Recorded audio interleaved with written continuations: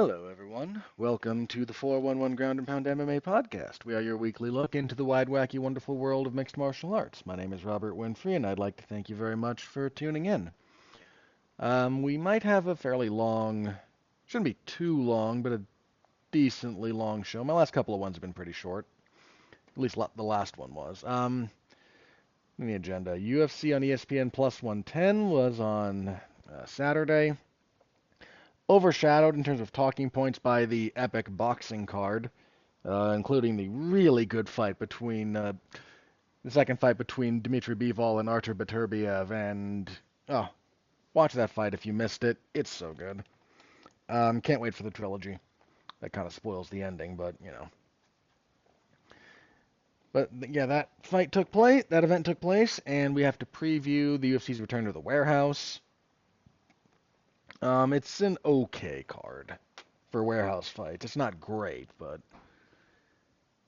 I don't. I mean, we're gonna go over it. Like, it's not quite the worst, but this is lower tier stuff. Then there were a boatload of announcements. Um, yeah, Wednesday and Thursday, the UFC threw a bunch of stuff at the wall, which is really unfortunate because I was sick as a dog Wednesday. um, I'm only just now like really getting over it. I was only really sick for like Wednesday into Thursday morning, early Thursday. But man, I got a flu bug that just wiped me out. I haven't been that sick probably since I had food poisoning. I mean, partially I just haven't been all that sick in general in years. But yeah, even that time, there was a time I thought I had COVID. That was one of the possibilities. So this was like 22-ish. Again, the same kind of thing came around. The person who I know I got the bug from got tested and it wasn't COVID, so I knew that wasn't what it was. It was just again kind of a rough flu bug, but um, that was not as bad as what I had this last week. Oy, I could barely walk. I couldn't walk up the stairs. Couldn't trust myself to stand. Like body hurt, head hurt, weak muscles, alternate between way too hot, way too cold, coughing up fun stuff. Yeah, that was oof. Anyway. But there was a lot of stuff that got kind of thrown out there. UFC 314, UFC 315. UFC 315 lived up to the meme.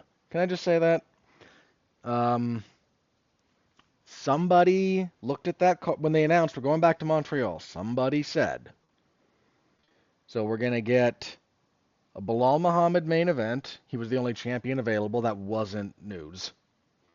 We're going to get a women's title in the co-main. That had not been announced. And then nothing on the undercard. This is kind of what the UFC does for some of these locations. Like, oh, sure, we'll bring you a pay-per-view. Okay. So what's it going to be? It's an unpopular champion in the main event, a women's title fight in the co-main, and nothing really of value below that. Please pay astronomical ticket fees because we haven't been here in forever. But we'll get to that when we get to that. They just did the meme. They just did the whole meme, and I just had to point that out off the top here. But yeah, a lot of news coming out of that. So yeah, we got stuff to talk about there. All right. Yeah. So anything you can do to help the product a little bit, like, comment, subscribe, star rating, written review. Really, just the fact that you're listening at all is more than I can ask for a lot of stuff. So thank you. Anything else, extra kudos. I really appreciate it. So. But that's it for that. So let's jump into this, shall we? All right. Um, Sorry about that. You might get a little bit of like beats of silence here today. Again, I don't want to like cough into the mic. So I appreciate your indulgence with that. Thank you very much. All right. UFC on ESPN Plus 110. This was the UFC's first return to Seattle since they went with Demetrius Johnson and John Moraga in 2013, July of 13. So we're nearly 12 years. So, that's a fun time. Let's see. How did the predictions go? Predictions actually went really well, 10-2. Um, I was just happy to get off of 8-4. I would have accepted 9-3. But 10-2, I'm really pleased with. So what did I get wrong? Oh, the only one of these you guys have to trust me on is the Austin Vanderford and Nikolai Veretanikov. That fight only came together during fight week. And believe me, much as I am like not the biggest believer in Austin Vanderford, he's an okay wrestler. And believe it or not, that'll get you over a lot of people who have dubious business being in the UFC. And that's kind of where I landed on that. Everything else, what did I get right and wrong? What did I get wrong? I only had the two. Iwan Kutelaba beating Ivo Aslan. I had asterisked that. No, I just rocked with Aslan. I'm okay being wrong. I know that like I have a weird percentage. I think if I were to track the ones that I like say, yeah, let me think about that more. How many of those wind up flipping positive for me? Again, like all I have is my integrity about this. I didn't change my mind on this one. I stuck with Aslan, and Kutalaba got it done. They had some striking exchanges. I mean, we'll get to the fight. But you know what? Kutalaba, good on him. You know, that was a very fair win. Other thing I got wrong. Oh yeah, Ricky Simone knocking the beard off of Javid Bosher. Oh my good gracious. That was a thing. Um, yeah, I got that one wrong. Uh, yeah, and again, I can kind of live with that. I almost changed my mind on Font and Matsumoto. Um,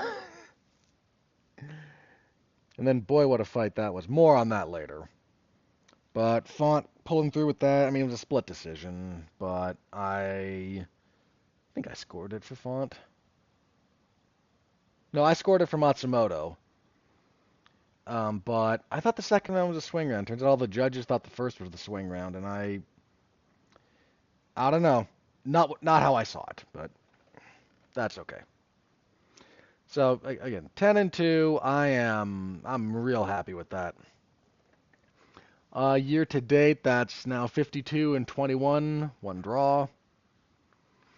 Yeah, I'm just gonna have to put draws in their own thing, and I just have if I'm gonna leave draws as their own thing, unless I want to subdivide draws into draws I didn't call and draws I did, I'm just never gonna pick a draw. Um, I don't know. I might. It might just be like worth a lot of bonus points if I accurately predict a draw. Like almost nobody does that. But just again, that's just kind of a thought I have on that. But we'll see if it ever comes up. We will reassess. But yeah, that's where we are. So got that one pretty well. I am more than okay with how my predictions panned out on that one. So mild pat to myself on the back. All right, fights themselves. Main event: Song Yudong defeats Henry Cejudo via a technical decision, unanimous. 2 29-28 and a 30-27. So there was a pretty bad finger poke to the eye of Henry Cejudo late in the third. He took the full 5 minutes to recover, and then spent the last, it was like a minute and change of the round, that was all that was left, just getting away from Song. And like, nope, nope, nope, nope, nope, nope, can't see, just nope. Not a good idea to fight with this guy at the moment. And because the third round finished, instead of a no contest, we went to the technical decision. Now, there's a little bit of... So Jason Herzog, who was the referee, started the fourth round and then had the doctor come in and Cejudo, as soon as that third round ended, was very vocal. I can't see. Can't see out of my left eye, and I'm not going to fight someone as dangerous as Song if I can't see. That's a very reasonable call, for the record. But I don't know. There might be this weird difference where a fight that is ended before the 1 minute rest period between rounds is up and after. I don't know.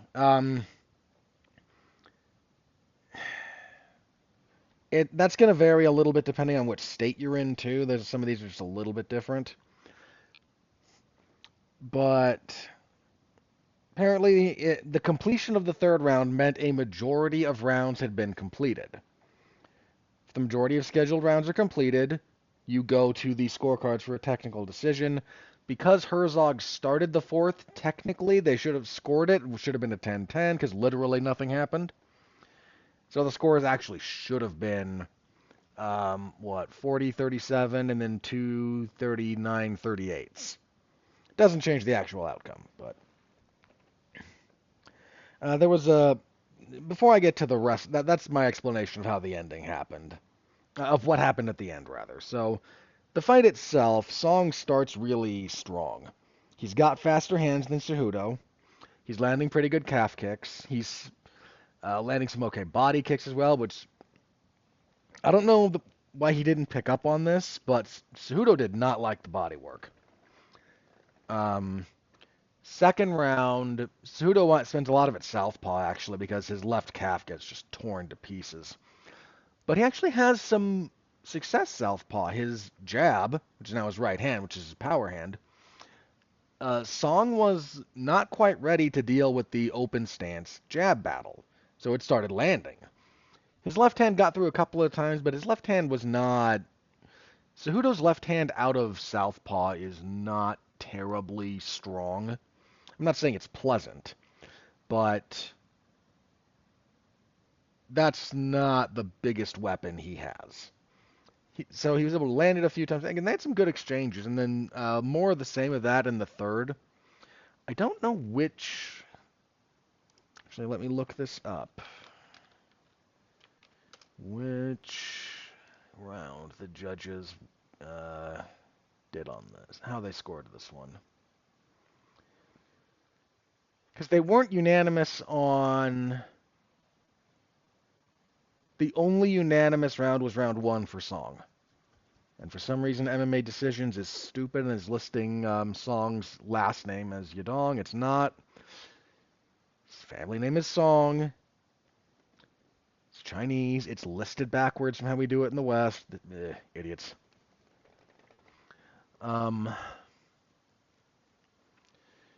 So yeah, they all gave Song the first, which is fair. Mike Bell gave Cejudo the second, which I think you could be okay with. I'd have to double... That... Cejudo took the entire 5 minutes after the eye poke in that third round, and I can count on one hand the number of times I remember a fighter literally taking the full 5 minutes. John Doomsday Howard did after a really bad groin kick. I don't know why that sticks in my head, because I know why, because it was the first time I'd ever seen it.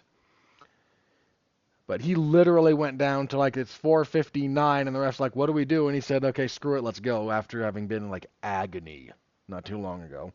It's a weird pull from my memory banks. I feel like it was a heavyweight that did it. It was either Matt Mitrione or Dave Herman. And I can't remember which one. But one of them did no, I got fouled, I'm taking pretty much the full 5. Because he was, like, gassed out.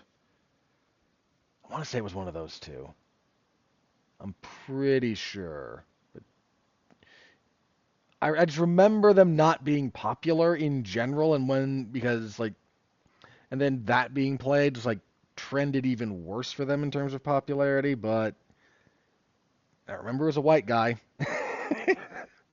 And, like, unpopular white heavyweights who would milk the clock like that I think it was one of those two, but I'm not completely sure. There have been a couple of other groin strikes that like vaguely live in my mind as taking like 4 and change, or like deep into 3, nearly 4 minutes. But literally technically 5 plus. It took just a hair over 5 because Cejudo said, "Okay, let's see out the round," just before the 5 minute mark. So the referee then like gives Song a stern warning, which probably should have been a point deduction in all fairness. I'll yell about that in a minute. And then like, okay, here we go, fight. So there's technically a couple of extra seconds, but not enough. Nothing that like is ridiculous there. But point there being, like, some of the second and third round kind of bleed together in my memory because of that big break before the very end, and the last minute of that is like all Song. So Cejudo did find some success again, like back half of the tail end of the second. There's bits in the second where he has some success, and there's bits in the third where he has success. And the question is like, how do you rate his success versus some what Song did? And Song's face was getting marked up a little bit by the end of this because, again, Cejudo's jab out of southpaw was able to land because I don't think that was a thing Song was very much thinking about when that fight happened, when they were training for it. And if you're not really like prepared for the way you have to hand fight open stance stuff, it'll sneak through on you. And when that becomes the power hand, it can surprise you on occasion. And I think it surprised Song a little bit. I don't think it was like a giant swing in momentum, but it was something that got working for Cejudo and got him a little bit back into the fight. So I think I give Song all 3 rounds. I'm not up in arms over finding an argument for Cejudo in 2 or 3. I'd have to rewatch it to be very specific. Um, yeah. So the fight itself prior to the ending was actually pretty good. I mean, not the best fight on this card, but then again, I'll yell about the best fight on this card in a minute or two here, because boy, do I. Oof. The fight of the night is actually on my worst fight of the year potential list. Just gonna throw that out there. Dana was on. Ugh. Save it. We'll get there. So we go to the technical decision. Song gets the win. There's a big debate that came out after this, like, why didn't you take a point? And because referees don't. I mean, we can. We've all had these. You can argue this on the philosophical level. Like, a law that isn't actually enforced isn't actually a law. I mean, I don't care what it says on the books. I mean, the thought experiment about this is the speed limit. There's a road. Speed limit says 35 miles an hour. Everybody and their dog drives 55 down that road. Literally no one gets a speeding ticket. What's the speed limit on that road? And because an unenforced law is not actually a law. An unenforced rule is not actually a rule. There is no reason in MMA not to... Okay, let me put it this way. If you're being... there is value in just following the rules as a matter of ethics in terms of what it says about you as a human being, how you want the game to be played, and the fact that, in theory, playing the game the way you think the game should be played is actually the best way to ensure maximum iterations of the game are played. And then there's the fact that this is prize fighting in the hurt business, and take every advantage you can get because we're giving each other CTE for money. Reconciling those 2 points can be very difficult, and they don't actually harmonize all that well. But I'm going to say the following. I've said this for a while. A lot of people have said this for a while. You can, in a given MMA fight, poke someone in the eye, kick someone in the groin, or grab the fence. You can those are like the major consistent fouls in MMA, right? Not that you don't see others, but those are kind of the big three. Somebody grabbing the fence. Um, you could throw grabbing the shorts in with grabbing the fence. It's a little bit less common, or grabbing the gloves. So grabbing things you're not supposed to grab. Let's put it like that. So fence, gloves, shorts, etc. I'm gonna leave fish hooking out of that because that you don't see very often. But so it's consequently a non-major, a non-consistent foul. But you see guys grab the fence all the time. You see guys grab the glove all the time. You see guys land low blows all the time. And you see eye pokes with disgusting regularity. You can do in any given round, you can get away with 2 of those cleanly. So think about that for just a second. In the first round, we used to joke about cup check Congo because the man just understood, I'm going to knee you in the groin in the clinch, and I'll lose the clinch, but you just got kneed very hard in the groin by a very large man, and you get to deal with that. And nothing happens to me. I get a warning. Okay, fine, won't do it again. Might do it again, might not do it again, but that first one is always completely free. Now, you can get any 2 of those, and depending on the specifics, you can repeat one of them. So especially if the first one is minor.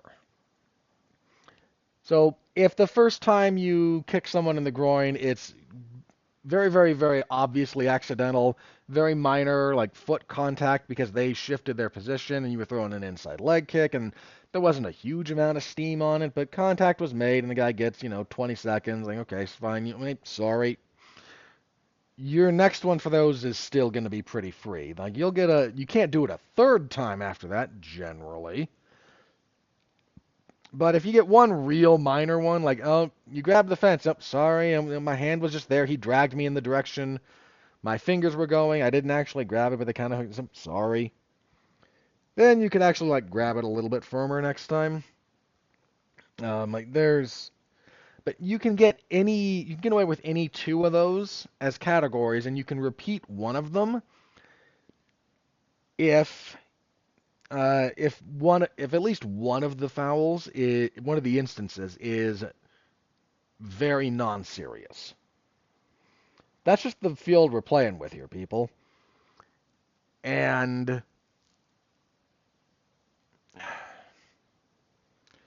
Cejudo talked a little bit about like the damage he suffered because of this eye poke. It's pretty serious. Jim Miller came out and said, I've only been poked a couple of times when fighting, but both times it had permanent effects on my vision. Yeah, I think he said, like, so what's it going to take for us to do something about this? Is someone going to have to lose an eye? I mean, newsflash, people have lost eyes fighting. People have lost eyes in the UFC. Michael Bisping is on commentary with shocking regularity. I shouldn't say shocking, but with regularity. He didn't lose it to an eye poke. Lost it to basically to a legal strike. But I don't know. Like, we're just I'm going to make a really potentially obscure reference here, and y'all just going to have to go with me on this. Someone's going to have to pull like a Stan Hansen and Big Van Vader. That's what it's going to take. Someone's going to have to see an eye kind of like dislodge. And it's ridiculous. And there should have been a point taken, and yes, that would have turned this into a draw. It's unfortunate. I don't think Song is a dirty fighter. I really don't. But he was irresponsible, and he poked Cejudo in the eye pretty badly. I don't care what your reputation is. I don't care what your intentions were. Like we've got to just start clamping down on this, and it's gonna suck. There's gonna be this period of time when it's really going to suck for a lot of people, and I get it, and nobody wants to do it because we don't want to go through the suck to get to the something better on the other side. But that's just what we're gonna have to do, and nobody's gonna do it because the impetus isn't there. But until it is, then we just have to embrace the suck, and yeah, until we get on the other side of this. Oh boy, I think it was like last event they announced, yeah, we've ditched the new gloves and we're back to the old gloves, and so suddenly we go back to the new gloves, and this event, spoiler for some later discussion in this card, all the prelims have finishes, and we have our first main event end with an eye poke, and the main event ends with an eye poke. There's not a better encapsulation of like the memery surrounding that. And we have the new gloves. Well, they diminish finish rate. They diminish the eye pokes too. How are we gonna feel about this? I mean, look, I wasn't the biggest fan of the new gloves. You're like, get people who know what they're doing to design this. But the UFC also like will demand that you sign over all of it to them, and that just sucks out loud. So here we are, back to eye poke central because John Jones is. Sorry, that is hardly the only reason. It really isn't. But so after the fight, Song said he not happy with the way it ended. Understandable. He was winning the fight. Um, Said he's absolutely willing to run it back with Henry Cejudo. Henry Cejudo said, I want to run it back. And then Dana White got asked about it, and he said, nah. Okay. I I don't know what to say about that. I really don't. I mean, look, the UFC clearly doesn't think there's a whole lot of juice left in Henry Cejudo. I don't even necessarily think they're wrong. There might be something. Song Yadong got to the UFC probably too early. I did a little bit of this last week, but his UFC debut was actually 2017. I mean, he's been here for a little bit, and he's had a couple of weird setbacks. The draw with Cody Stamann that he should have won, but landed an illegal knee, lost a point, and resulted in the draw. Then he just had nothing for Kyler Phillips when they fought in 2021. That was a thing. Then he wins a few more fights and has some good wins there too. I don't mean to kind of diminish that. Then Corey Sandhagen basically like cuts his face off with elbows.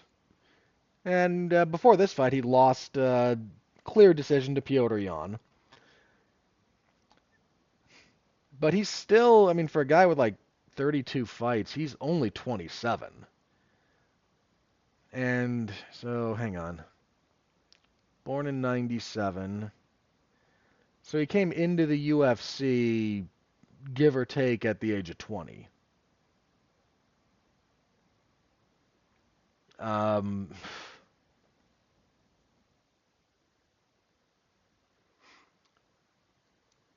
right? So I'm making sure I'm doing math. Yeah, again, give or take. Just again, maybe got here a little bit young. Still, despite that, has had some really good success. But I think you've seen some of the limiting factors in his development because he's had to fight a lot of guys that he can't just like experiment and grow in the cage against. So I don't know what he'll do next. I don't know what Cejudo's doing next. A rematch because that this fight was look, the other reason I think Dana was like, no, I'm not interested in the rematches. This was Cejudo had bits of success. When I say that this was going Song's way, I don't mean that Cejudo was a punching bag. I mean, I don't know that if there's no eye poke, let's just back up for half a second here. If there is no eye poke and the third round just goes to its conclusion the way it had been going, Song wins that round. The third round was not in dispute. So Song wins the round. He's up 3-1, or he's up 3-0 on one scorecard, 2-1 on the other. And this is just not going Cejudo's way. He's able to find moments, but he doesn't get big, sustained stretches of success. Not really big ones. The success he had was clearly enough to win a round on two scorecards. And I don't think that's unfair, even. But this was not going his way. Doesn't mean he couldn't have changed. Doesn't mean it was impossible for him to have pulled things out down the stretch. But not going his way. And didn't look like it was turning around. So I understand a little bit why the UFC would be like, nah, we're going to try to move on. We're going to pretend Song got a really emphatic win, and we're going to try, moving him up again. And we don't know what we're doing with Henry Cejudo. So, I don't know. But real bummer about the ending. Other than that, it was, in fact, it was a good-ish fight. So yeah. All right. Next up, co-main event. Anthony Hernandez defeats Brendan Allen via unanimous decision, 29-28 across the boards. Decent middleweight fight. Some cool fence wrestling, actually. On this, and there's some cool fence wrestling in this and the next fight we're going to talk about. First round, Hernandez comes out, kind of gets kicked in the head, but catches it, gets the back, which is what he likes to do. Does some work out of the ride, but he gets reversed at one point, trying to take the back. And Allen on top is able to really slow things down, land some pretty good elbows, threaten the choke a few times as they're kind of wrestling around, enough to get the round. But rounds 2 and 3 are just kind of what Hernandez does. More of that same. Just very quickly tie up, drag you down, go to work from the ride. Couple of things that I wanted to point out. He does that for rounds 2 and 3. Allen tries a couple of reversals at different points, never quite gets, again, any kind of control positions. Well, let me start with Allen very quickly here. His cardio did a better job of holding up than it has in the past. He's fallen apart down the stretch in some fights. But some of what he was able to do against Hernandez's grappling in this case meant Hernandez struggled to get offense off. And Allen, again, he faded a little bit down the stretch, but, I mean, these two, if you look at how they're fighting for the size they are, grueling kind of fight.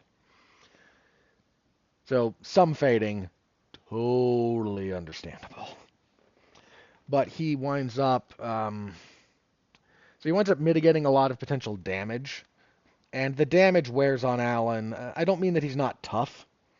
I mean, damage wears you out. Taking damage wears you out. It just does.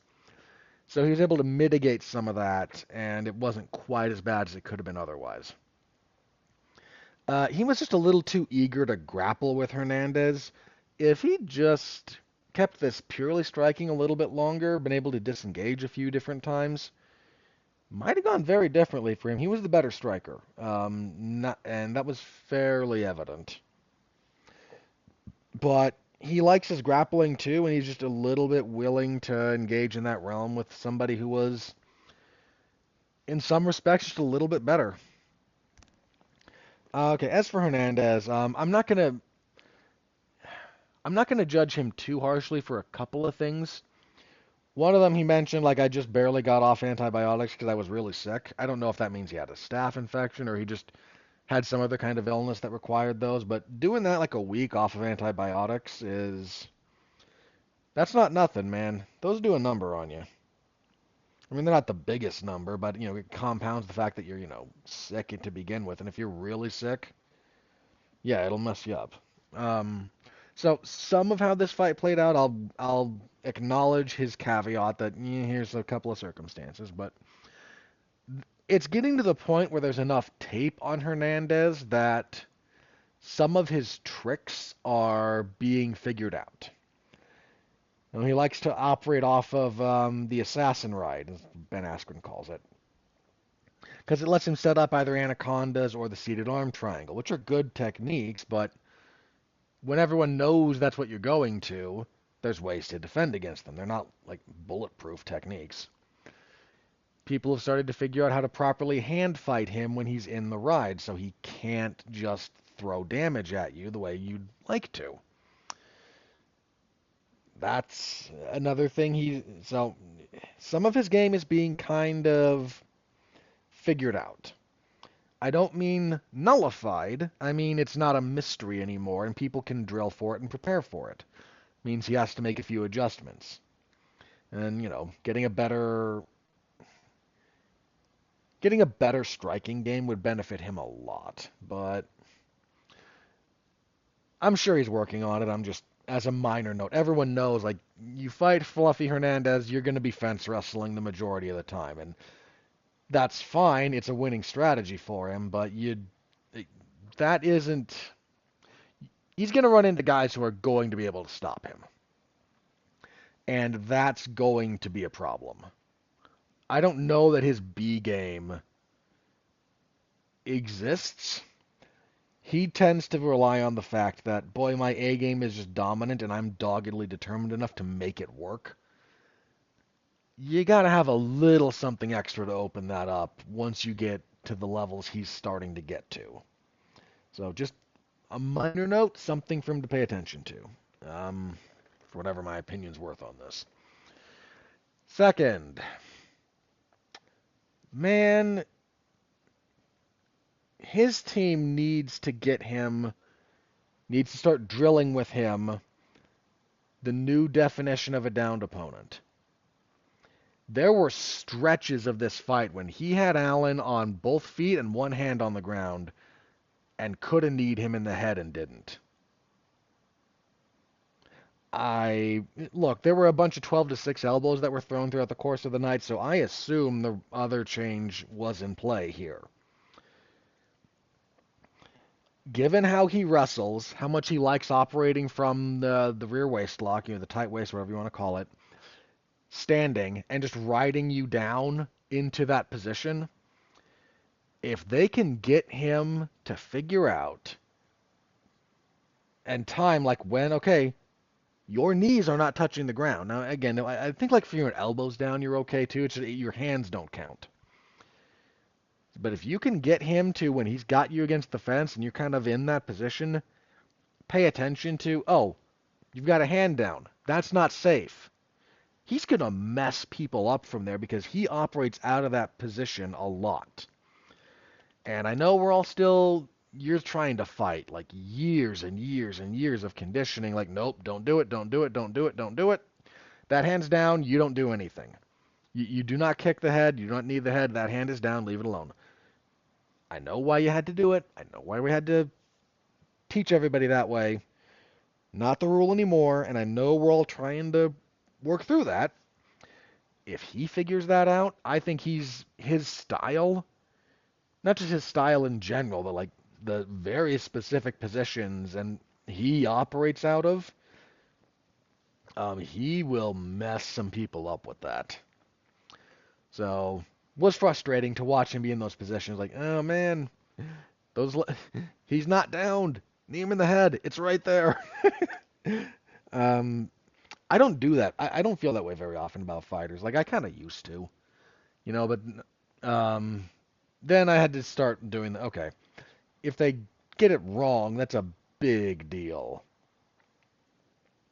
And I don't always, and you don't necessarily feel what they're feeling, so you don't know where the weight is, you don't know where your weight is, where they're, like, there's a lot of stuff going on there. That's only available as like tactile information. So, but with the new rules in play, I've started getting that back a little bit. Like, you're not throwing this not because you're making a decision not to throw it for tactical reasons. You just don't, it's not clicking in your head that that's a legal blow right there.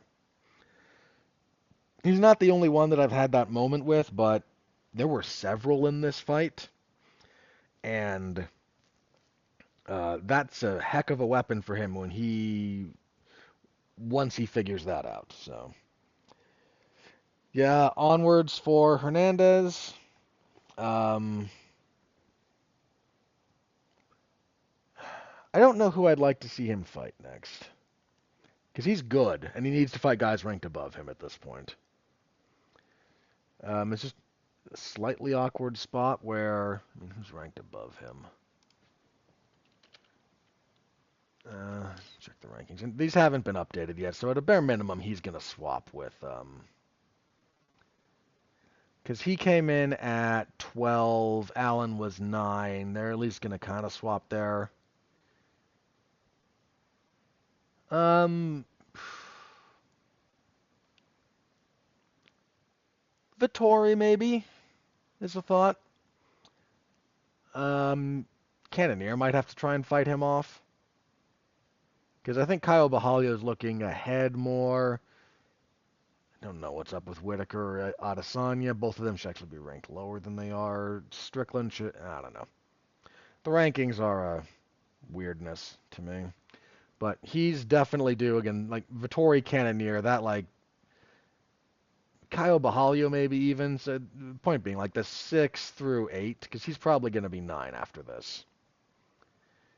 I would have no problem with him leapfrogging Costa and Delidze to take Allen's spot at 9. But he's definitely due, like fighting those guys ranked above him next. And we'll see if he's able to iron out some of those things. Next up should have been your fight of the night. This was a really good fight. Rob Font defeats Jean Matsumoto via split decision, 29-28. Matsumoto came in on short notice. This was at 140 pounds. Matsumoto replaced Dominic Cruz after Cruz had to pull out and then retired. These two had a dogfight, man. Up and down. Both of them landed good punches. Matsumoto had a lot better grappling in the first. But Font started shutting that down the more the fight wore on. Font with some really nice jabs. Here's the thing. The first round was the swing round, and Font came out, did the let's touch gloves thing. They touched gloves, and then a split second later, like, not a fake glove touch, then throw the, like, I'm going to fake the glove touch and then come with something with heat before we touch gloves. Touch gloves, reset, double jab right hand. Fairly quickly. I'm not going to call that completely scummy. I don't like it.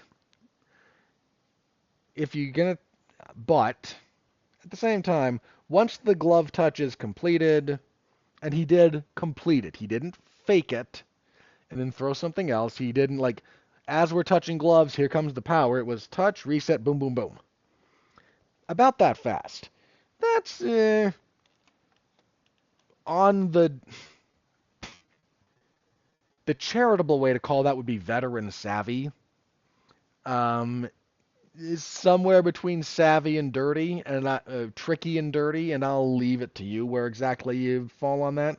Again, I don't call it completely dirty because of the specifics, but I understand if you don't like it.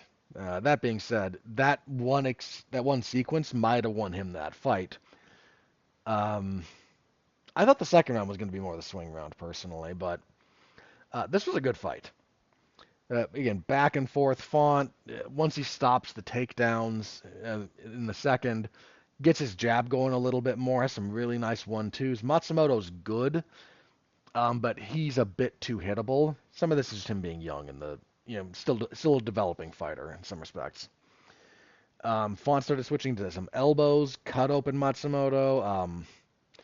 This was a really good fight. This should have been fight of the night. It wasn't, and that's frankly pathetic. These two guys got robbed by a bullshit fight. I'm sorry, I'm trying not to swear. Really good win for Rob Font. Despite the loss, actually a good showing from Matsumoto. And again, you could have scored this for Matsumoto. I did. Good stuff. Really, look this one up if you didn't see it. This was fun. At featherweight, Jean Silva stops Melsik Bagdasaryan 4:15 of the first. He just clobbered. Look, man, they came out and Bagdasaryan was kind of like throwing the lead, the left kick, because Bagdasaryan's southpaw, Silva's orthodox. They had a couple of exchanges, and look, man, Bagdasaryan just doesn't hit as hard, um, doesn't find openings as well, and he's one of these guys who won't really throw more than three at a time. So he'll throw like a couple or maybe three, and then he backs out and looks to reset, and that's just not how Silva operates. Silva's not the biggest volume striker, but if he's committing to a real solid combination. And he just catches him flush with a left hook right hand, sits him down, drops him, and then he stands over him, and Bagdasaryan just kind of on his back, knees are up, hands in front of his head, doesn't quite know where he is, and Silva looks at the referee like, really? You gonna make me do this? And the referee's like, yeah, he's still there. So he unloads these like vicious 12-6 elbows to the ribs, and then a punch to like was not really necessary. But dude, Jean Silva's good. That guy is a non-trivial problem for featherweight as he keeps moving up through the ranks, and I don't have a whole lot else to say about Bagdasaryan in general. Yeah, your fight of the night was actually Alonzo Menafield defeating Julius Walker via split decision. There was a 29-28 each way, and then a 30-27 for Menafield. This fight sucked. Sorry. I don't know why this got fight of the night. These two gassed themselves out with a bunch of clinch work in the first round. They were swinging sloppy punches that didn't connect nearly as cleanly as it looked like. This was the first fight of the night that went the distance. It broke a really nice finish streak. There was no technique. There was no drama. This sucked. This was not a good fight. I don't. This is on my worst fight of the year contender list. Like this, I thought this sucked. But you know, the UFC brass, like, boy, we gotta throw something at these big idiots. Sorry, not to say these two guys are idiots. Let me rephrase. At these big idiot divisions. Or something about how this fight came together meant that, you know, the UFC was going to be lenient and really wanted to do them a solid. I don't know. Font and Matsumoto got screwed. There's no other way to say it. Those two turned in a really good 3-round fight. And Alonzo, Menafield, and Walker turned in regional MMA. I don't know what to tell you. All right, on the prelims, again, all of these are finishes, so we'll get to the specifics. Ion Kutalaba defeated Ibo Aslan via arm triangle choke, 251 of the first. Both guys came out, you know, did the big man swinging punches thing, and then Kutalaba got a takedown and actually looked pretty good on top. Like, not great, but pretty good. And, yeah, got Aslan to give up an arm triangle. Good for him. Melquiazel Costa defeated Andre Fili via guillotine choke, 4:30 of the first. Costa was doing mostly the good work here in general.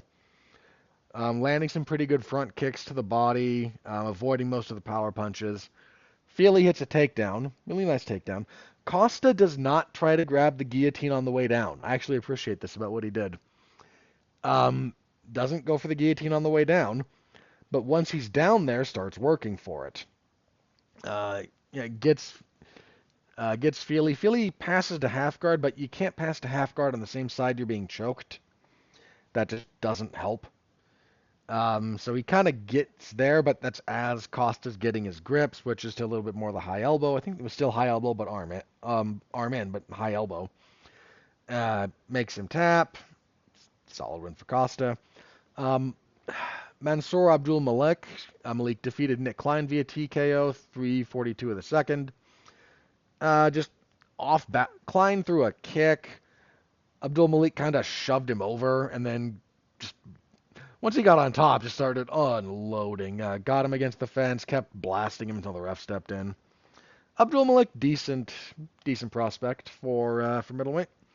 Bantamweight, Ricky Simone upset the odds and knocks Javid Basharat stupid. 358 of the first round. Just a really nice 1-2. Basharat was he southpaw at that moment? No, he was orthodox. Just tried to circle a little bit. Basharat, he's a tall guy for the weight class, and tall guys tend to leave their chin up in the air when they circle. And he started trying to move, and he had kind of was trying to do a little bit of like deflection with his left arm and just missed it. That punch came in pretty straight from Simone and just on the jaw, sleeping before he hit the ground, stiff as a board. Knockout of the year contender. Like, that was a beautiful knockout. At a catch weight of 175 pounds, because this fight came together during fight week, basically. Austin Vanderford, somewhat pejoratively known as Mr. Van Zant, because he's married to Paige Van Zant, defeated Nikolai Veretanikov via TKO. This was punches against the cage from top position, 4:13 of the second. The striking was a little bit iffy for both guys, but Vanderford then got a takedown in the first round and like, okay, this is what we're doing, and just held him down, bludgeoned him a little bit. Second round, more of the same, just got to a better position. Veretanikov was kind of in turtle, but his right arm was being controlled by again kind of a not a full-on Dagestani handcuff like behind him, but some inside wrist control. And Vanderford was then just throwing the left hand, and Veretanikov was like trying to block with his left hand, but he couldn't get his other hand free, couldn't stand. You're just sitting there taking punches, man. And after enough of that, the referee said, okay, now we're done. Which is kind of like what they're doing. Like, oh no, I'm intelligently defending. No, covering up is not intelligent defense. If you are checkmated positionally, it doesn't matter that you're not getting hit as hard as the guy can with every punch. It doesn't matter that you're not going unconscious. It matters that there's no point in this continuing if you can't address the position. If you can't change what you're doing and how this is going, I don't need to sit here for another minute and a half and watch you get punched in the side of the head. Even if you're blocking it, like, you got to be able to move and do things to intelligently defend everything that's coming at you, not just the punches, but the position. He couldn't, and referee stopped it, and he was really upset, went over, shoved Vanderford after the fact. In other times in the UFC, this would have cost him his job. Apparently it didn't, because they just have to keep the machinery turning over. It was not a great fight. Middleweight, Nursultan Rizboyev defeated Eric McConaughey via TKO, 33 seconds with punches of the second round. I looked this up because Rizboyev has a very long record. I mean, after this, his record is 35-9-2 with 2 no contests. But he was coming off a loss to Joaquin Buckley, so I actually went back through his resume, hang on. Because he had a long winning streak before that. But if you look at that last loss prior to the Buckley one, it's in 2019. It's outside the UFC. It's also at welterweight. So I had to go through his resume in a little bit more detail. The last time this guy lost at middleweight, believe it or not, was 2016. If my reading of his resume is correct. Like the loss after that it says welterweight. Then he has, a mixed run at welterweight, but at 185, he hasn't lost it was October of 16, so 8+ years in this weight class.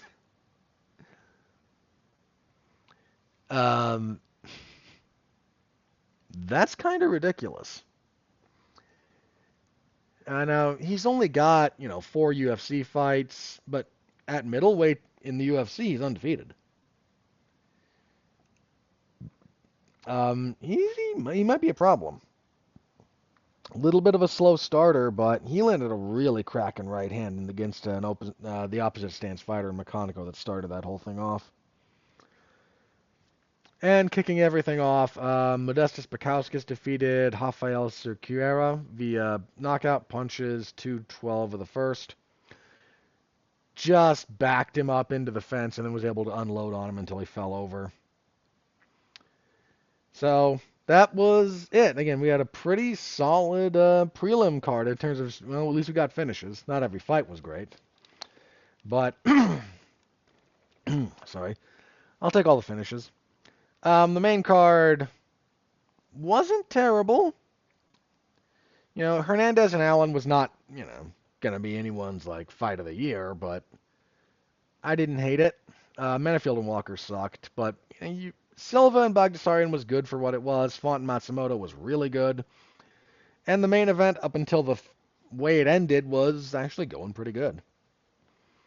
So your bonuses, I already mentioned fight of the night and some number one bullshit, brother. Menafield and Walker just... I don't know what photos Walker has about who, but that is some... Your performances went to Jean Silva and Ricky Simone. You were spoiled for choice here, but I'm okay with that. Yeah, I am... I would have liked to have thrown something Costa's way because I like seeing a guy work for the guillotine from the guard rather than jump for it on the way down. As well, I'm going down, I may as well try it. But that's just me. So yeah, that's it. Full report in the MMA Zone of 411mania.com. Y'all know the drill over there. Go give it a read if you're so inclined. Thank you very much. I always appreciate that. Okay, sorry about that. All right. Next up. Forgot to make my note over here. There we go. Okay, that took longer than I thought, but oh well. We might be in for a long one, folks. I mean, you already know the answer to that. All right. This coming Saturday, UFC on ESPN Plus 111. They will be in Vegas. They'll be in the warehouse. There's a flyweight main event, which I am happy about. This was supposed to be Manel Kopp and Brandon Royval. Really good fight. Unfortunately, Royval got injured, had to pull out on somewhat short notice. Well, they originally were going to have sorry. Yeah, okay, so replacing him is Asu Almabayev. Almabayev was originally going to fight Steve Erceg on the same card. Erceg was moved...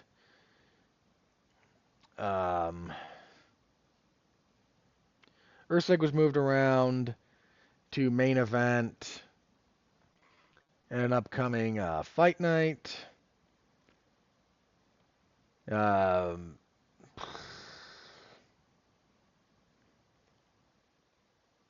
Yeah, he was just moved to main event that against Brandon Moreno. Right. Okay.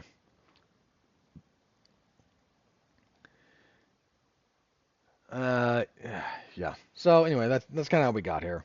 So things got moved around a lot because that's how the UFC does things these days. I like Asu Almabayev. I really do. I think pretty highly of his upside. He's a fast guy, even for flyweight. He's got good wrestling. He's on a long winning streak. 16? Let's see if we take away... He's 4-0, had 2 losses, and hasn't lost since, so 17. I don't feel like counting. Yeah, 17. Okay. So that's... I think pretty highly of him. And I think to discount him in this fight would be a mistake. I am certainly not discounting his ability to win here. And if this were a 3-round fight, I actually might pick him, believe it or not. But it's 5 rounds. And Manel Kopp, I actually scored that Muhammad Makayev fight for Kopp because I was not impressed with what Makayev. I think I scored it for him. I was not impressed with what Makayev was able to do on the ground. Kopp has been. Look, I know he thought that he should have won his UFC debut when he fought Alexandre Pantoja. I scored that for Pantoja. I do recall scoring the Nicolau fight for him, but I might be wrong about that. Um, yeah, and he's coming off a pretty solid win over Bruno Silva. Um, Kopp is just like, I think Kopp's probably ready for the title fight, give or take. That he should be in the title picture, and I think Almabayev is a year or so away from being a fully realized fighter ready to contend for the belt. Almabayev he's a little older though. He's 30. Well, he's 31, so he's about getting to where you should be. So's Kopp. Kopp's just fought a lot better guys. I mean, they both have longer careers. Again, Almabayev is 21 and 2. Kopp's 20 and 7. So they're not that far apart in total number of fights. But again, if we go through Kopp's career, like his run through Ryzen, he was fighting some real tough guys. I mean, he fought Kyoji Horiguchi, Ian McCall, Kaya Sakura twice, Uka Sasaki. Like, he fought some guys in Ryzen who were pretty darn good. And Almabayev, he's fought some. Again, I don't mean to say he hasn't fought some good guys. He has. Outside of the UFC, he also fought Zach Makovsky. Yeah, there was one other one on his list that I was actually kind of impressed with. I can't remember. Was it Chris Kalidas? It might have been Kalidas. Yeah. Because that was when he won the M1 flyweight title. Back when M1 was a thing. So he's fought a couple of good guys, but in general, the higher level of opposition here goes to Kopp. I think 5 rounds with Manel Kopp is just a really hard ask. Not impossible, but that's tough. He's dynamic and he has got finishing power, and you can take rounds from him, but getting him, but like, I don't think that Almabayev will be able to just wrestle him for 5 rounds and win a decision. Now, he might be able to out-wrestle him to a degree where he can then find a submission, but I don't think your game plan can just be, I'm going to wrestle him and hold him down for 5 rounds. So I'm going with Manel Kopp. Kopp's the favorite. For a fight that had to be kind of cobbled together after Royval had to pull out, it's a good replacement. I think it's just a little bit too much too soon for Almabayev at this level. But we will find out. He could pull a non-trivial upset. So that's the best fight on this card. We're going to struggle to find stuff after this that's actually, like, good. There's a couple of fights that aren't bad. In fact, I don't think the co-main event is a bad fight. It's Cody Brundage, who is...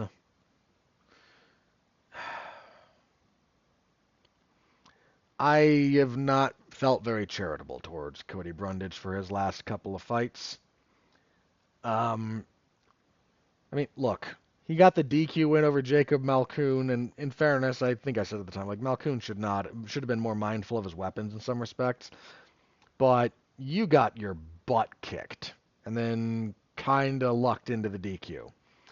He knocked out Zach Reese with a slam. That was actually really cool, but then Bo Nickel kind of handled him. And then most recently, it was like, Abdul Razak Al Hassan, he illegally elbowed me. And Brown's like, and I can't continue.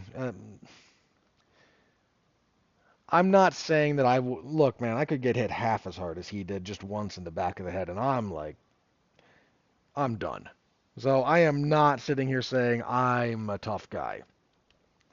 I am saying that the way he has responded to some physical adversity has not been great for a guy fighting in the UFC. That's where I am with him at the moment.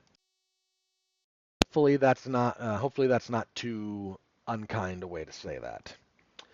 He's fighting Julian Marquez, who has taken a fair amount of abuse. He's on a 3-fight losing streak. Now, in fairness, one of those is to Gregory Rodriguez. And then he got into a bit of a brawl with Marc-Andre Barrio, and it just didn't quite go his way. Losing in quick order to Zachary Reese most recently. That was June of last year. That's a rough one. That's a rough loss. That's the one he really needs to kind of bounce back from. If he loses his fourth one here, especially to Brundage, no offense to Brundage, like that might be it for him in the UFC.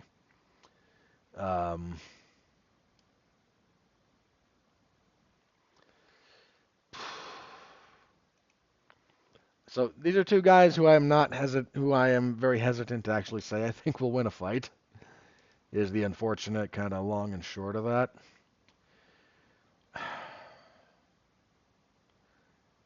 I'm gonna lean towards Marquez. Not by a huge margin, but I think Brundage has reacted badly to being hit on the feet. And while Marquez's chin can be touched, his reaction tends to be throw back and throw hard. So I think that might work in his favor here. So I don't know. We'll see. I would not bet on that fight at all. Lightweight next. This is actually not a bad fight either. Actually, this is better than the co-main event. Nasrat Haqparast and Esteban Ribovics. These two are going to throw down. So Haqparast on a 4-fight winning streak. Did I think he beat most recently a split decision win over Jared Gordon. I can't remember how I scored that. That was June of last year. Don't know if he'd. Yeah, just been off for a while. Okay. Ribovics, by slight contrast. 14-1. So Haqparast, sorry, 17-5. Ribovics 14-1, 3-fight winning streak, 3-1 in the UFC. Coming off that, dude, he had like part of the fight of the year with Daniel Zellhuber last year. He lost his UFC debut to Loic Radzhabov, but since then beat Kamara Kirk, beat Terrence McKinney, not head kicked him quick. Had a war with that war with Daniel Zellhuber. He's actually kind of coming on. Now, Haqparast is just a veteran. And fast hands, pretty good wrestling, good thudding power.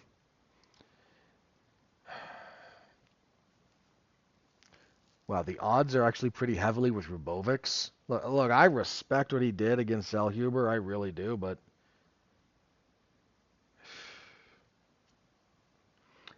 are they just remembering? Hang on a sec. I need to look at something else here. Okay, so Haqparast is only 29.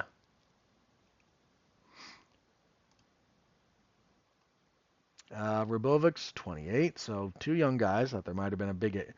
Haqparast has just been in the UFC for a little bit, so I might think of him as a little bit older. Some other physical component here. Haqparast 5'10", 72 inches of reach. Ribovics 5'10", 69 inches of reach. I feel like there's a little bit of recency bias going on here. Look, I like Ribovics. I'm not here. Okay. I'm going to pick Haqparast with an asterisk. I need to rewatch his last. I'm going to rewatch each of their last two fights, and we'll figure that out. But Like, not trying to diss Vrbovic. I think I picked him to. Did I pick him to beat Zellhuber? I might have. I think pretty highly of Vrbovic. Okay, I'm not one of those guys that are going, he's a bum. I just Hawkprost is a non. Hawkprost represents a step up to a level of UFC veteran that Vrbovic has not yet proven himself against. Zellhuber is another guy that's in kind of the same boat as Vrbovic. They're young, they're talented, and they've got about the same number of UFC fights. They're both like they're both sub 7, if memory serves. Like, whereas Haqparast has a UFC record of 9-4. Like, he has more UFC losses than Vrbovic has UFC fights. I mean, he has the same number of losses UFC has as Vrbovic has fights in the UFC. And that kind of thing does matter. So I'm just gonna watch each of their last couple of fights and see if there's something in like Haqparast that may have deteriorated that I'm forgetting. Or maybe he just didn't look nearly as good. Just had a real tough fight with Jared Gordon, and that's kind of sticking in people's minds. But anyway, that's where I am at the moment. Oh, heavyweights next. Dear heavens, why? Austin Lane. Oh, dear heavens, why? And Mario Pinto. So Austin Lane, former NFL player, just got his first UFC win when he out-wrestled Robelis to Spain, which is not a terribly difficult thing to do, apparently. Before that, he had a no contest with Justin Taffa, got knocked out by Justin Taffa, and got knocked out by Janata Janiz.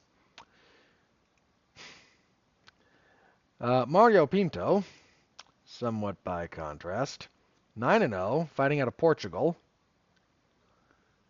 Another big boy, 6'5". Yeesh. These are both large men. Dude, he's got 79 inches of reach. Hang on, what's Lane's? 80. Okay, so they're both comparable there. Yeah, Pinto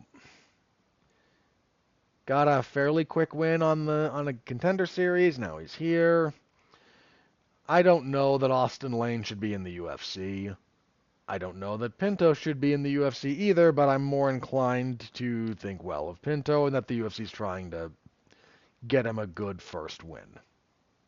Because Austin Lane is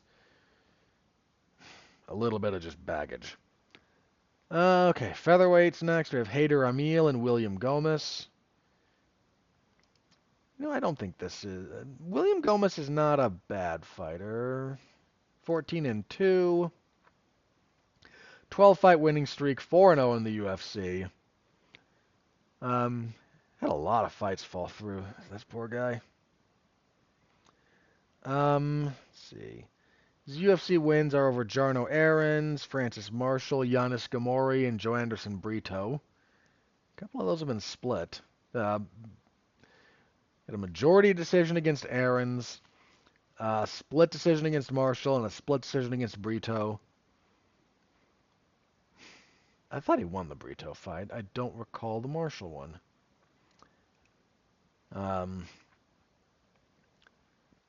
So, point being, decent featherweight prospect. And then Haider Amil is 10-0. 2-0 in the UFC. His wins over Fernie Garcia and Jung Lee. Okay, so contender series guy is getting a bit of a step up. Emil got a little bit fortunate with a couple of those early fights that fell out for him. Yeesh.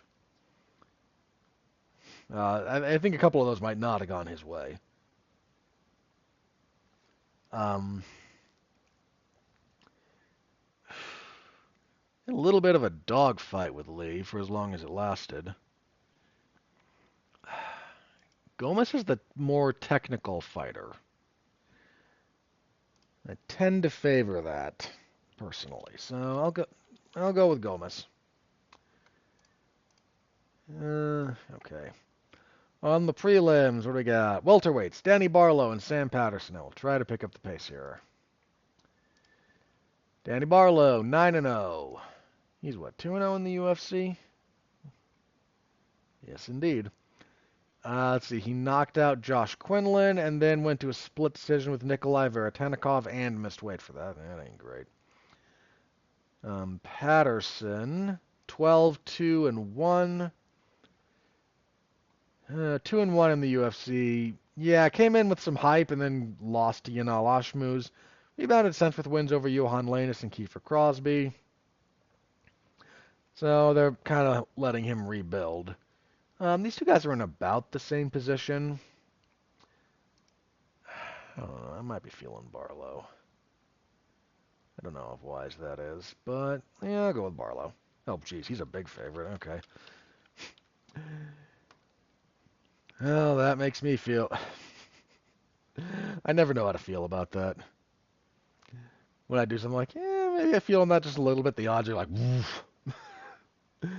Featherweight's next. Ricardo Ramos and Chepe Mariscal. This is, you know what? This is actually a pretty decent little fight. This should be on the main card instead of those crappy heavyweights. Ramos, bit of a mixed bag recently, coming off a split decision win over Josh Culibao. Before that, lost 2 in a row, got choked out by Julian Erosa and Charles Jourdain. Knocked out Danny Chavez before that, and then had lost to Zubair Tukhugov. So Ramos is kind of fun, a little bit up and down recently. And I actually kind of like Chepe. Mariscal they're both 17 and 6 overall. Chepe is 4-0 in the UFC. He did miss weight for his last fight when he beat Damone Jackson, but has a win over, got a split decision over Morgan Charrier. I thought he won that. Yeah, I actually do kind of like Chepe. The way he fights is just he fights like a guy whose primarily training partner is Justin Gaethje, and he is. So I got kind of a soft spot for the guy, so I'll go with Mariscal. And okay, I'm gonna check the odds because I am. Odds are okay. I like Chepe. I'm picking him. Plus 300 on Ramos. I would not. I would be a little uncomfortable with that. That's all I'm saying there. Bantamweight Douglas Silva de Andrade and Jose Castaneda.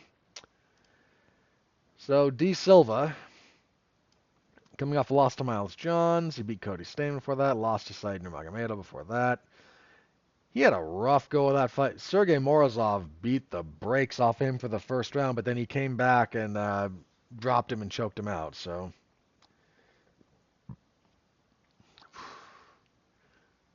A lot of respect to De Andrade.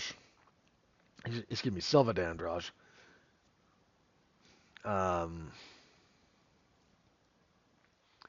But dude's also, especially because he's like almost 40.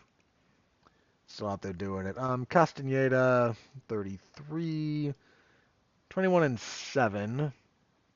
Decent UFC record of what? 4 and 3. Okay. He lost to Nathaniel Wood. No real shame there. Daniel Santos. Again, no real shame there. And Daniel Marco. So if you're not named Daniel, he's going to give you hell.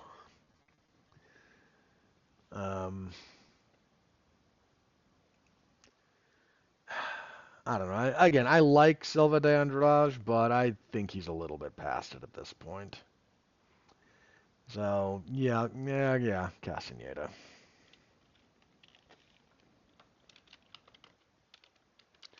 Again, I don't take pleasure in saying that about Silva de Andrade, and I think you would. You know what? Yeah, these odds are about fair. It's -2 and change for Castaneda, so less than plus 200 on D Silva. I think that's fair. Women's flyweight next. Andrea Lee and J.J. Aldridge. We're just doing this. Andrea Lee is on a 5-fight losing streak. Now, in fairness to Ms. Lee, I thought she won at least 3 of those fights. I thought she... 2, sorry. I thought she beat Macy Barber. straight up. I thought she beat Montana De La Rosa the last fight. Um,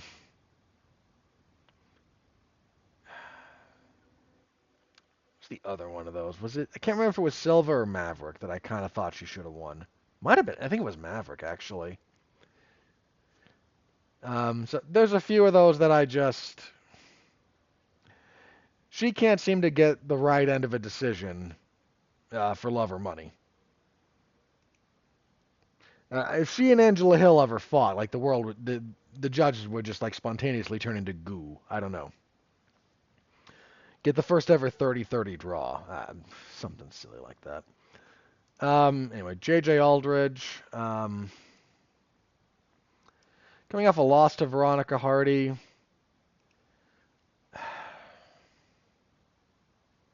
I don't know. I do not care about this fight. The odds are with Aldridge because, how could you possibly favor Andrea Lee at this point in time? I think I'm going to pick Lee anyway because, I don't know, just because. There's a physical component here. So, Aldridge, 5'5". He's 5'7". Yeah, there's a little bit of... Wasn't Aldridge fighting at strawweight? No, she's been at flyweight for a while. Okay. I don't know. Yeah, I'm gonna go with Lee. I don't know. Aldridge just I'm not really impressed with what she does. And I think Lee could do a passable impression of what Veronica Hardy did to her, and Aldridge just had no idea how to deal with a lot of what Veronica Hardy did. Featherweight next, Danny Silva and Lucas Almeida. So Almeida, 15-3, 2-2 in the UFC. Kind of a win over Timmy Kwamba. A 2-fight losing streak before that. Okay, Pat Sabatini, Andre Fili. I'm not going to hold that too much against him. Danny Silva, by contrast, 9-1, 3-fight winning streak. Had a successful UFC debut with a split decision over Josh Kulabau where he missed weight. If memory serves, he took that on short notice, so we were all kind of slightly understanding, but I might be misremembering, so don't quote me on that one. Almeida's more proven. Silva might have better upside. This is probably Silva, right? The UFC might be trying to do him a little bit of a solid. Not a huge one, but a little bit. Yeah, the odds are a little bit with Silva. I'll agree with that. I'll lean with that. All right. Women's flyweight again. Montana De La Rosa and Luana Carolina.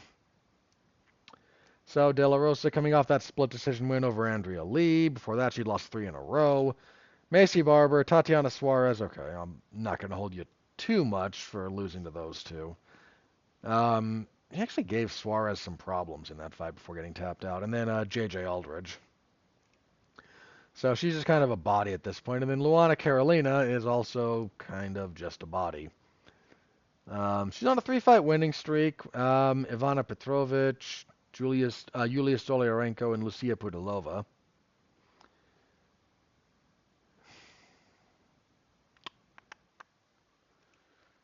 This is probably Carolina, just because Montana is... The odds are close, but they're with Carolina. I've just not been impressed by a lot of what De La Rosa's been able to do recently. I know injuries kind of really messed with her career, and I feel bad for her, but... Yeah, we'll go with Carolina, and we'll just rock with that. And kicking everything off, this fight should really not be curtain jerking. Either of those women's fights should be curtain jerking. Charles Johnson and Ramazan Temirov. So Charles Johnson is on a 4-fight winning streak. And he probably should have got the decision over...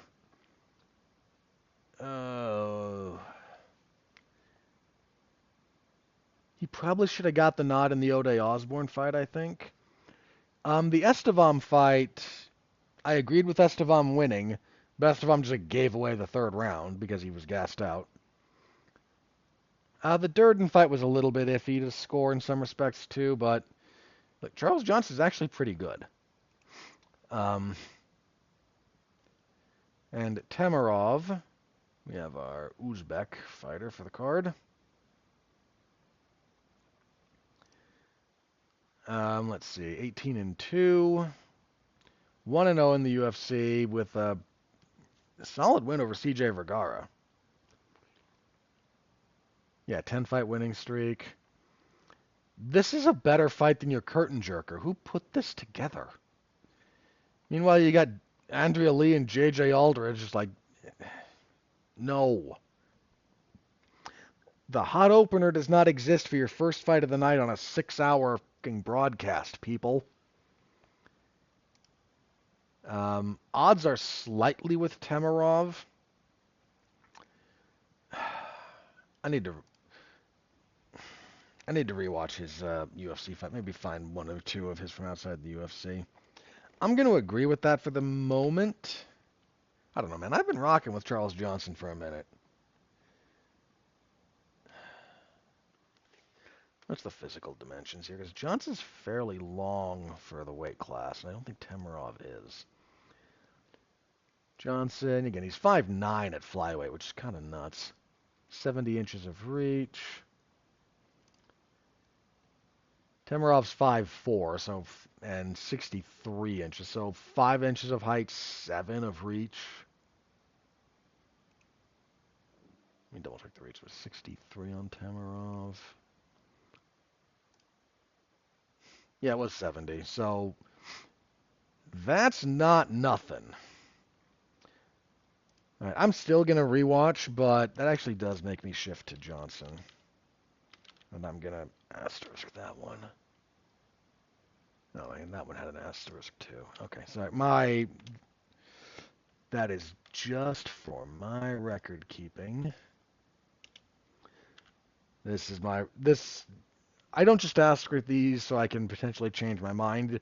These are also the ones that these are my reminders to go do some slightly more detailed tape study. Some of these guys I have enough of a memory over. Some of them, I have to prioritize what I use my time for. But I tend to find a few that like, you know what, let's double check a few of those. So that one, I need to double check those guys. I'm actually leaning Johnson right now, but Temirov, again, if memory serves, he had a pretty solid debut, so we'll double check a few things there on my end. All right, that is the card. So, Saturday, MMAZone411mania.com. Y'all know where to find me. Stop by, say hello, follow along. I appreciate it. Alrighty. So, let's jump into the news then, shall we? And I apologize if there's one specific news item you want to hear me talk about, but I am only going to bookmark the lots of announcements. So let's start with the big news. Ilia Topuria has vacated the 145-pound title and is moving up to 155. We don't know anything more than that at the moment. Apparently he's done with the weight cut.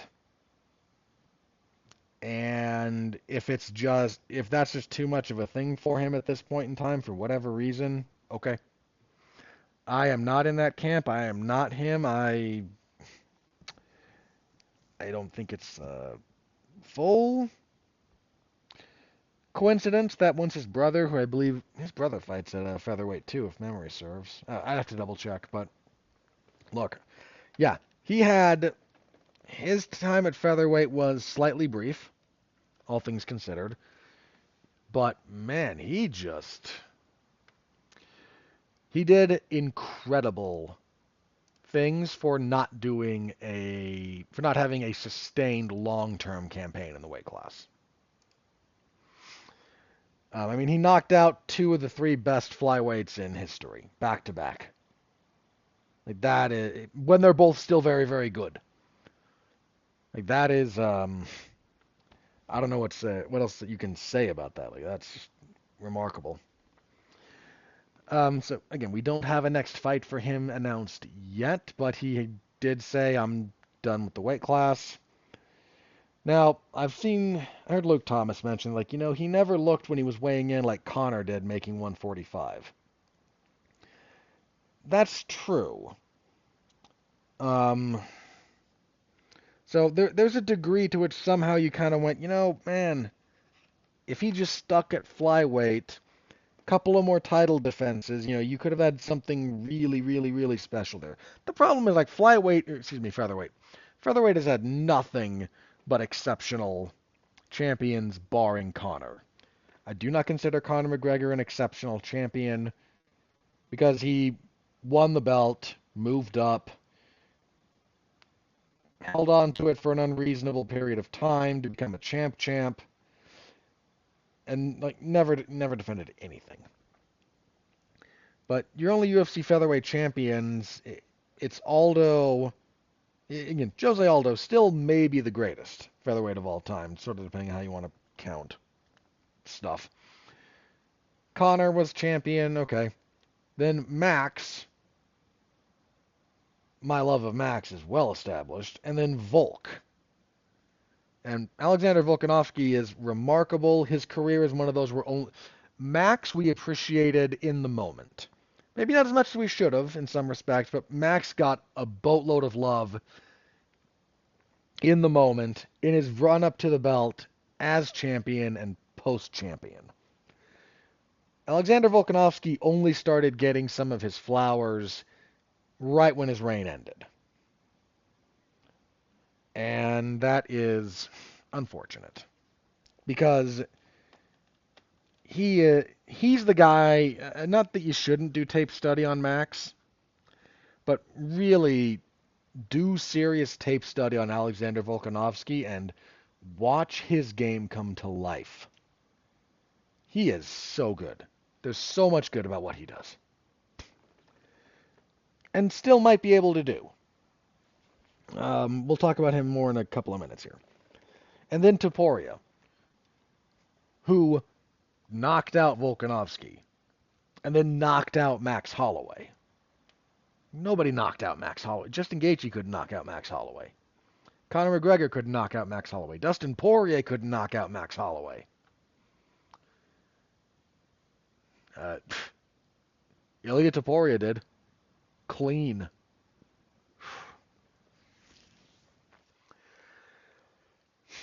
So there's probably a little bit being left on the table in some respects for Topuria at featherweight. At the same time, if he really just is done with that weight cut, I'm okay with guys cutting less weight. There's some speculation that he'll be fighting Islam Makhachev next. Now, that's not announced. This is rumor mill stuff. And my hunch at the moment is to favor Makhachev. There's a size difference. Makhachev's defense is really not impenetrable. It used to be better, sort of. He was fighting worse guys. But his defense is really, really good. His wrestling, especially against the fence, and his clinch work is really, really good. Now, Topuria can wrestle. Topuria can grapple. In fact, that's kind of how he made his bones coming into the UFC, was a lot of wrestling. Was wrestling into submission grappling. Because that's where his skill advantage lied.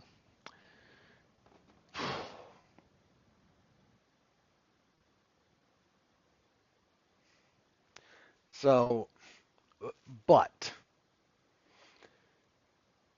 first of all, you're a fool if you discount Ilia Topuria in that fight, even against Islam Makhachev.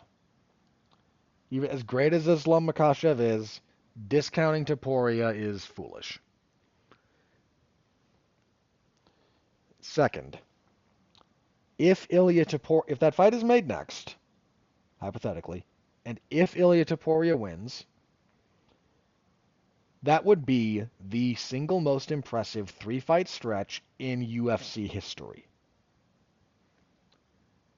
I don't know what second would be. There's probably a 3-fight stretch for John Jones. In fact, I think because it wasn't it with him because like Shogun, Rampage, and then Machida. I would okay. That would probably be your second. That might be the best right now. Um,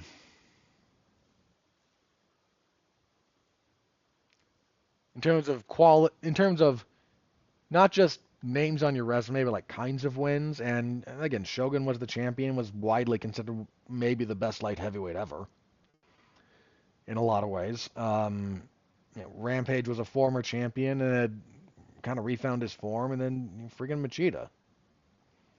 Might have been Rashad. I think he fought Machida before he fought Rashad Evans though.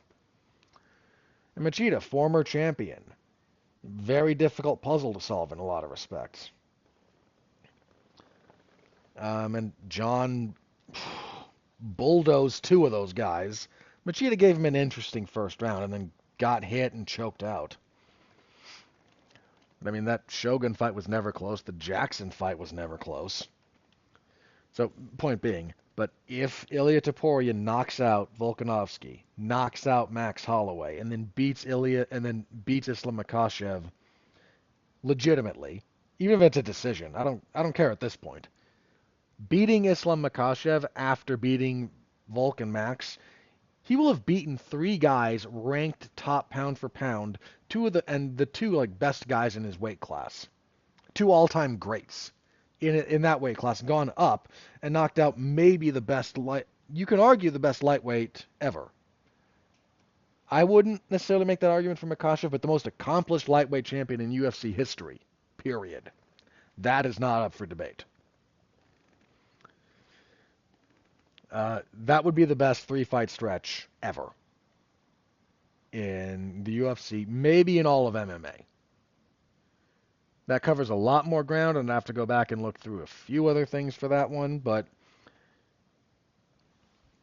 that would be the most impressive thing I've seen in that stretch of time. I mean, just insane. But that's speculation on my part. We'll see what happens with that. It is. I don't know that I want Topuria to get an immediate title shot, but it's in play. And the UFC schedule is the UFC schedule. Now, that does leave the featherweight title vacant, you might be saying. So what are we doing about the UFC featherweight title? Well, I'm glad you asked.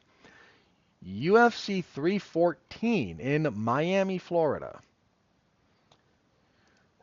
will be headlined by, for the vacant featherweight title, former champion Alexander Volkanovski and Diego Lopez. Couple of things about this. Movsar Evloev's getting the shaft. I know his fighting style is not always what the UFC is happy about. I actually really enjoyed his fight with Sterling, for the record. Because he didn't just neither guy just held the other one down. There was a lot of fun wrestling there. And I think under different circumstances, if you had another title fight as your main event, you could do the rematch between Lopez and Evloev for the vacant belt as a co-main event, as a solid, hardcore fans kind of interesting co-main event. But you can't charge money for that, and that's really unfortunate, but that is the reality of it. So Volkanovski and Lopez is an interesting fight. It needs to be said out loud about Volkanovski a couple of things. One, less than charitable for him. One, we're going to qualify that, but understand that it doesn't remove the first. He is 3, and he is like 1-3 in his last 4 fights. Now, let's be clear about those 3 losses. 2 of those are to Islam Makhachev, one of which is a super close decision. So that's true. And the other loss is to Ilia Topuria, so he's lost to the number 1 and number 2 pound for pound guys in the world right now, and Volk used to be the number 1 pound for pound guy. Not losing to nobodies, losing to the very, very elite. Like literally the best two guys in the world right now. He's also been knocked out in two of those three losses. Needs to be said. One of those, the knockout loss to Makhachev, he took that fight on inadvisably short notice. But he did get knocked out, and then he got knocked out by Topuria. Needs to be said about that knockout loss to Topuria. Again, a bit of a short turnaround from the knockout to Makhachev. Also, I thought Volkanovski won the first round of that fight. So he still fought very well. But those are important qualifiers to understand what's going on. Equally important to note, he is 30, almost 36. Yeah, he's 36. And this is a rough sport. The lower weight classes are rough when you get over 30, when you get 35 and over. They just are. Not impossible. Well, at the title level, it's never happened, but it's just rough. He's fighting a guy younger in Diego Lopez, who's only 30, whose only UFC loss was his UFC debut in a really good fight with Movsar Evloev. Now, here's the thing about all of this and why I find this a slightly more intriguing fight than a lot of people. Diego Lopez has the kind of fight mentality in general, like his broad game plan is a lot of aggression, not reckless, but high activity, and just throw a lot of offense out there and try to play speed chess on the ground, throw a lot of stuff on the feet, and we'll just keep that going. And it's worked for him very, very well. To this point, that has not been a strategy that wins against Volkanovski. He depresses people who like to fight like that. It's just really hard to try and beat that guy with activity, volume, and pace. He slowed down Max freaking Holloway. He slowed down Yair Rodriguez. Look, Max is not a reckless hurricane, but those three fights, dude, Max landed more strikes when he fought Ilia Topuria than he did in either of the three Volkanovski fights, including the second one, which you might have thought he won. Like, Volkanovski takes fighters who like to fight in that way, and he just removes so much of how... He did it to Brian Ortega, too. I mean, Brian Ortega is not the highest-paced guy, but he just makes guys who do a lot of activity in general not. And how that matches... How's Diego Lopez going to deal with that? Like, I'm kind of leaning Volk, actually, at the moment, and it might be the last time I do so, because his chin might be cracked, and he's 36. But there's a lot about Lopez's game that Volkanovski has demonstrated an ability to handle before. So, I don't know. We'll see. Also on UFC 314, the UFC debut of Patricio Pitbull. He will be fighting Yair Rodriguez. That'll probably be fun. Michael Chandler, Paddy Pimblett. That'll be a thing. Carlos Prates and Jeff Neal. Carlos Prates is just like speed running all of these old roadblocks. I mean, I respect the welterweight roadblocks, the guys who have just been there for a long time. You know, Li Jingliang has been ranked. Kind of been there for a while. Neil Magny has been ranked in the past and has just been there forever. Neil Magny's been there forever. Carlos Prates is like, okay, go away. Stopped both of those gentlemen. Now he's getting another one in that same vein in Jeff Neal. And Jeff Neal might match up well with him in some respects, but dude, Prates is cleaning out the closet. All the stuff that's been there for a while, and the UFC's kind of like, you know what? We got this guy, we want to see what he's made of. We think he's the next big thing. You've been here for a while, is there anything left? And thus far, Prates has just been like chucking those guys out the door, and we are dropping them off at almost said DI, but that's a reference most of you won't get. Goodwill. Taking all the old clothes to the thrift store, man. Neil Magny went out of fashion like 8 years ago. I don't know. I shouldn't be like mean to Neil Magny about that, but that's what he's doing at this point. Good grief. Also on that card, Sean Woodson, Dan Ige not a bad fight. I don't care about Nikita Krylov and Dominic Reyes because I'm me. Jim Miller, Chase Hooper's on that card. That's okay. That'll turn into a decent pay-per-view. That'll turn into a pretty solid pay-per-view, is my hunch. But speaking of solid slash not solid pay-per-views, UFC 315. I mentioned this already. They did the meme. Your main event for the welterweight title, Bilal Muhammad and Jack Della Maddalena. Shavkat Rakhmonov is injured. Couldn't make this date here in Montreal, but we've got a Bilal Muhammad main event, co-main event for the women's flyweight title. Valentina Shevchenko and Manon Fior, the appropriate fight for that weight class. And then after that, what do we get? I'll read the rest of this. Like, is there anything on here I think is okay? Okay, there's one. So here's the rest of these fights that are currently announced. Gilbert Burns and Michael Morales. Okay. Alexa Grasso, Natalia Silva, whatever. Marc-Andre Barrios and Bruno Silva. Bleh. Bleh, I say. Brad Katona and Beksat Almakhan. Haley Cowan and Nora Carnoli. Mike Malott versus Charlie Radke. Bleh. And this I actually do like. Benoit Saint-Denis and Joel Alvarez. That's a good fight. But we're doing the meme. Here's a handful of like Canadians or French people, because Montreal. And you got your Bilal Muhammad main event, and you got an unpopular champion in the main event, a women's title fight co-main event, and then we fill it up with sort of local talent-ish. That's what they do with some of these cards, man. And once you see it, you understand that the UFC now has like two kinds of pay-per-views.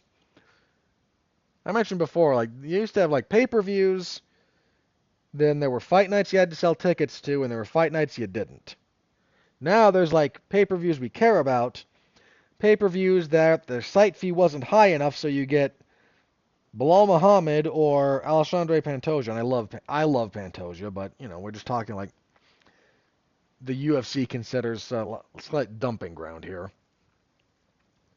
You get a champion that we don't think can draw, a women's title fight co-main event of some degree, and then we'll just throw other stuff there.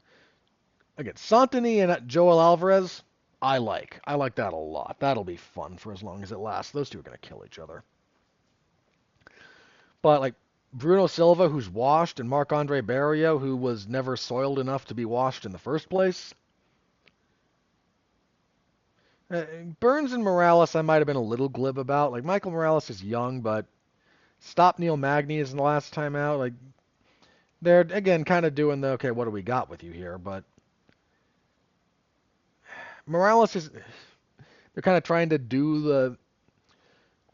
He hasn't caught on the way Carlos Praches has. And those two are when they eventually fight, that'll be fireworks. But like it's not a very good card.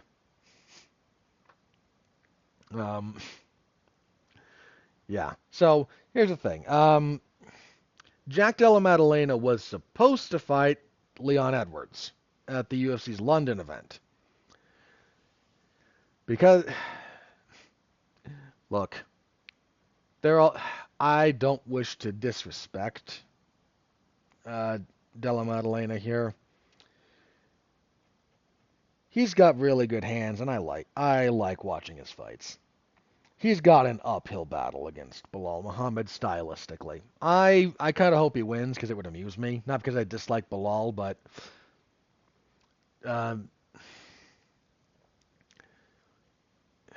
if I disliked Bilal, I would want him to win because it would mean Bilal lost, and that's not why. It would again, I'm not saying it would make me happy. I said it would amuse me, and it's weird that that's where my head went. I don't know why Jack Della winning would amuse me the same way other certain upsets amuse me, like the apple carts being upset. I mean, the UFC is not going to be upset when Bilal Muhammad loses that belt at all. I don't know. I don't know. Maybe because my initial read on that is just Bilal Muhammad wins another decision. Who cares? Anyway, but that does mean Leon Edwards needed a new opponent. So Leon Edwards, this is the March 22nd card, now will fight Sean Brady in the main event. Um, Wildly different opponent. Leon Edwards and Jack Della would have been a fun MMA striking fight for a lot of it. Probably would have been some clinching up here and there, but a lot of striking. Sean Brady doesn't do a lot of striking. He does a lot of wrestling. I don't know anymore how that's going to go. I'm going to have to really rethink that one. So, more on that later. What is that England card, by the way? Co-main event, Jan Blachowicz and Carlos Julborg. All right. Oh, Molly McCann's on the main card. That's just where we are with this one. Give me something else. Nathaniel Wood and Morgan Charrier. Okay. That's a pretty good fight. Gunnar Nelson and Kevin Holland. I can't care about either of those guys at this point. Kevin Holland is who he is. Gunnar Nelson is who he is. That'll be an okay fight, but that is a fight without stakes. Like, neither of those guys are going anywhere. You know?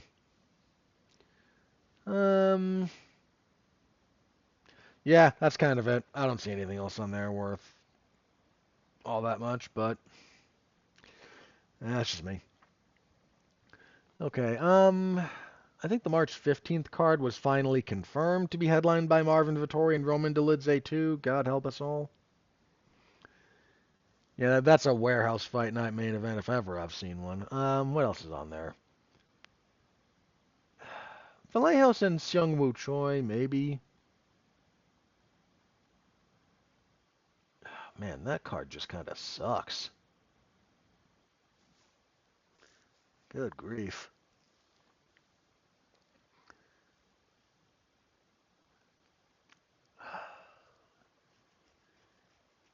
Yeah, I got nothing here. Jeez.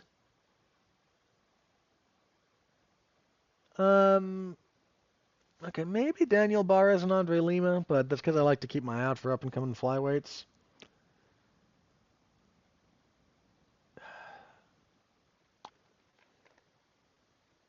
Nergoje maybe against Brenderson Hiberio.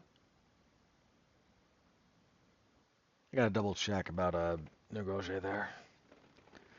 I mean, none of this I'll have to worry about until we get closer to it, but man, that card sucks. There are no two ways about that. That just sucks on paper.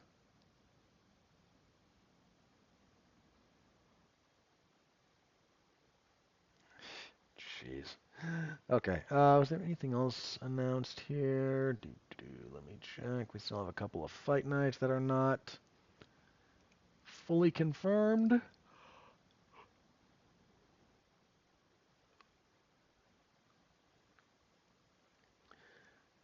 They have their Kansas City event. No announced main event yet. How is that card looking? They have to sell tickets, so it can't be too bad. Oh, Anthony Smith is fighting.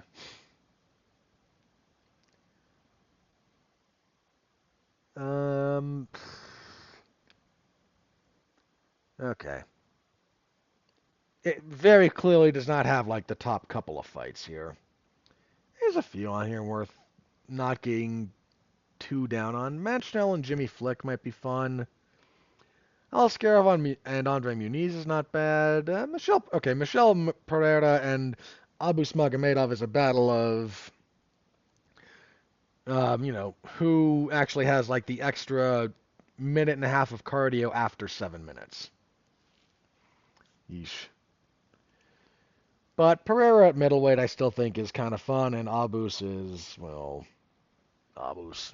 That card needs help. It's not awful, but it needs help.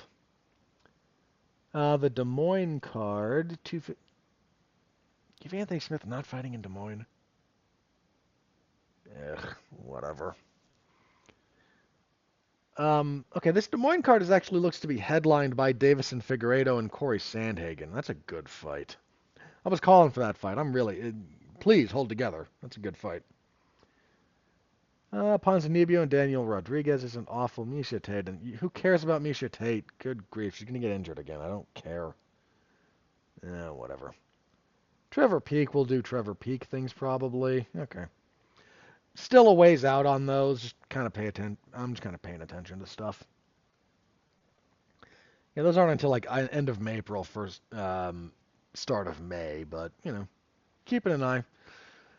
All right. That is it for that, and I will check the old social medias. If nothing crazy has happened, we'll do plugs and get out of here. It is technically early in the morning for me, and I'm going to have so many things to regret about this when I wake up. Okay, nope, nothing new there. So plugs. All right, last week on Damn You Hollywood, we reviewed Captain America: Brave New World. It sucked. You know what? No, that's not fair. It didn't suck. On a 1 to 10 scale, it's a 4 for me. So, I've seen worse movies than that one. It's just not very good. It's low end of acceptable as a general rule, I think. I've seen other people do 5.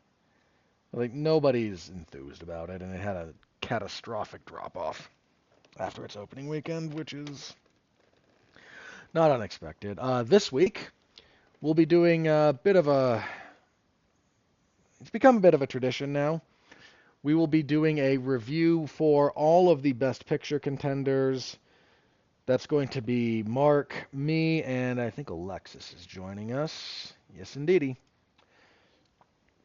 So there's 10 nominees for Best Picture at the Oscars. We've talked a little bit about a lot of these at one point or another. A few we haven't, so we will give all of them to the extent that we're able their due. I think the only one I haven't been able to find is I'm Still Here, because I would have to drive about 40 minutes to find the nearest theater showing it, and I am just not willing to do that for that. So, we'll be talking about all 10 of those. We will do a brief discussion about some of the Best Animated Feature nominees, because we are spoiled for options in Best Animated Feature this year, by the way. Wallace and Gromit, The Wild Robot, Flow, just so many good choices. Yeah. So anyway, that is Monday. Tune in for that. Let's see. Then that's it as far as my podcasts for the rest of the week, I'm pretty sure. I'll double check. We're going to be reviewing The Monkey at some point. I'm just not sure when exactly we had settled on that. But regular coverage, WWE SmackDown on Friday, UFC on ESPN Plus 111 on Saturday. We will be back here next week to review UFC on ESPN Plus 111 and preview UFC 313, which is, wow, they had some fights fall out. Sorry. Main event, Alex Pereira, Magomed Ankalaev, light heavyweight title. Yay. Co-main event, 5 rounds, Justin Gaethje, Dan Hooker. Somebody's going to die. Hoofy and King Green. Turner and Bahamondes isn't bad. I could not possibly care less about heavyweight. So Janata Janice lost an opponent. Chris Gutierrez lost an opponent. Joshua Van was supposed to fight Bruno Silva. Silva pulled out and was replaced by Ray Saruya. That's an interesting clash. Joshua Van hits really hard. Ray Saruya is a really good grappler. Not a bad fight as far as patching something back together on short notice. All right. We'll have a full preview of that next week, of course, so tune in for that. All right. That's it for me. It's very early in the morning. I'm very tired. Just about hit the 2-hour mark, so yay on me. All right. Let's get out of here before then. Thank you all very, very much. Appreciate the heck out of you. Stay safe out there and continue to be well, be safe, and behave.